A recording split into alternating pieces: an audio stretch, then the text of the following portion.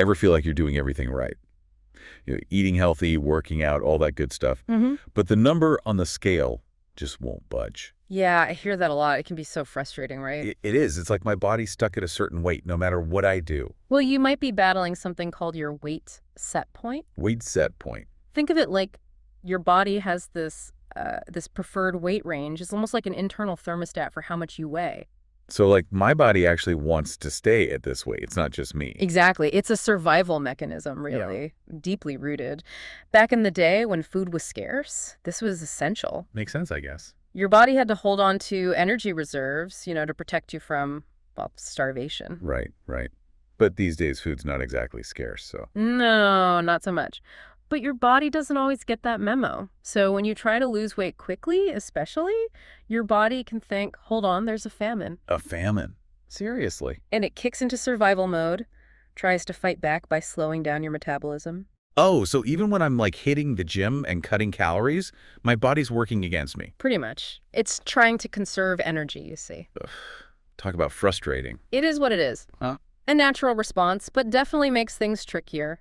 And sometimes those drastic weight loss attempts, they can really backfire, like big time. Meaning? Well, it can make your body even more resistant to weight loss. It digs in its heels and says, nope, not happening. Oh, great. Just what I wanted to hear. But don't worry, there are ways to work with your body, not against it. Now, that's what I'm talking about. Okay, so no crash diets, got it. Yeah.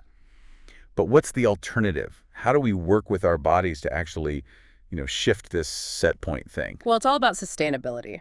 Real lasting changes, not those quick fixes you see everywhere. So no more all or nothing mentality. Exactly. Think of it like a long-term investment in your well-being. Okay, long term. So what, like gradual changes I can actually stick with? Yeah, exactly. Instead of cutting calories like crazy, maybe just start swapping out those processed foods for whole, unprocessed options, the good stuff. Fruits, veggies, that kind of thing. Exactly. Load up on those colorful fruits and veggies, lean proteins, whole grains. They're packed with nutrients, keep you feeling fuller longer. Makes sense. It's about quality, not just quantity. Right. And how about exercise? What's your go-to? Cardio, mostly. I like to get my heart rate up. Is that enough? Cardio's great, don't get me wrong. Heart health is super important. But if you want to really shift that set point, strength training is where it's at. Strength training, you mean lifting weights? Yep. Yeah. But a lot of people think it's just for bulking up, getting huge muscles. And that's not true at all. Yeah, I've been guilty of that, thinking myself. So why is it so important for shifting my set point? Because muscle burns more calories, even at rest. So more muscle you have, higher your metabolism goes, even when you're not working out. Interesting. So it's not just about how I look. It's about, like, revving up my metabolism. Yeah, exactly. Plus, building muscle helps with body composition, Yeah. Makes you feel stronger, more toned. Okay, I'm sold. How often should I be hitting the weights then? You don't need to go overboard. Even just 2-3 times a week can make a big difference. 2 or 3 times. Got it. And just make it a habit. Consistency is key. You'll see the results over time. Oh, and speaking of habits, we got to talk about sleep. Oh, sleep. Yeah, that's my weak spot for sure.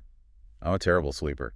Does it really matter that much when it comes to weight? It matters more than you think. A lot more. It's not just about feeling rested. When you're sleep deprived, it messes with your hormones, the ones that control your hunger and fullness. Oh, right. Ghrelin and what was the other one? Leptin, those guys. Right. The hunger and fullness hormones. I read about them once. So even if I'm exercising and eating well, if I'm not sleeping enough. It can totally sabotage your efforts, throw everything off balance. Ugh, figures. And it also messes with cortisol, that stress hormone we were talking about earlier. One that makes you store fat. The very same. Chronic stress and poor sleep, they're like best buddies, and not the good kind. Creates a vicious cycle. Great. Just great. But the good news is you can break that cycle. Just got to prioritize sleep. All right, I'll try. How much should I be aiming for? Most adults need like 7 to 9 hours a night. I know, it sounds like a lot. It does. But trust me, it makes a world of difference. For your weight, for your energy, for everything. Okay, 7 to 9 hours. Noted. Sleep is officially on the to-do list. Yeah. What else? Any other magic tricks up your sleeve? Well, we can't forget about stress management. Remember how cortisol can make you store fat, especially around your belly? Oh, yeah. That's my problem area for sure. I definitely hold stress in my belly. So, what can I do about it? I can't just, eliminate stress from my life. Of course not. Nobody can. It's more about how you handle it, finding healthy ways to cope. Have you tried things like deep breathing exercises? meditation, yoga. I've dabbled in yoga. I like it. Yoga's great. And don't underestimate the power of nature either. Just getting outside can do wonders. Oh, I totally agree. Even a short walk in the park can change my whole mood, like hitting a reset button. Right. It's amazing what a little fresh air can do. So we've got nutrition, exercise, sleep, stress management. Seems like a lot to juggle. It's about balance, finding what works for you in your life, and starting small. You don't have to change everything overnight. That's reassuring. I was starting to feel a little overwhelmed. And remember, this isn't just about the number on the scale. It's about your whole well-being, how you feel, inside and out. I like that. It takes the pressure off. But I got to be honest, all this talk about gradual change and patience, it leaves me wonder, how long is this really going to take? Yeah, I mean, I get it. It's a journey and all that. But I'm still curious, like, how long does it actually take to see, to really shift this set point? I hear ya. Everyone wants that magic timeline, right? But honestly, it's different for everyone. Our bodies are unique. They respond at their own pace. So there's no, like, average time frame or anything. Not really. Some people might see changes in a few weeks or months. Others might take longer. It's not about comparing yourself to others. It's about focusing on your own progress.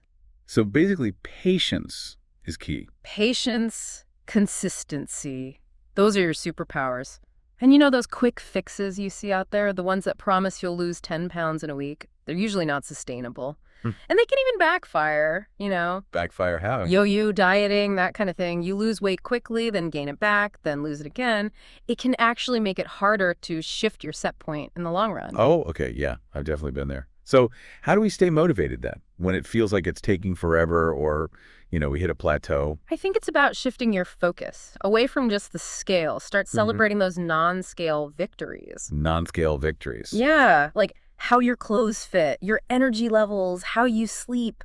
Those are all wins, even if the number on the scale isn't moving as fast as you'd like. That's a good point. It's about how I feel, not just a number. Exactly. And remember, progress, not perfection. There will be days when you don't eat perfectly or skip a workout, and that's okay. We're all human. I needed to hear that.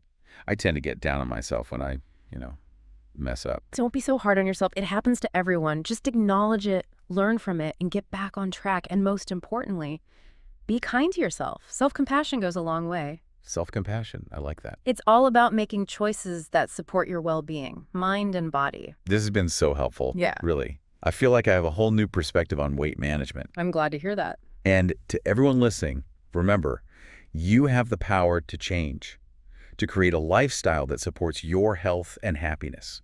So think about this. What small changes can you make this week? Even just one small thing to nourish your body, mind, and spirit. And until next time, stay well and keep learning.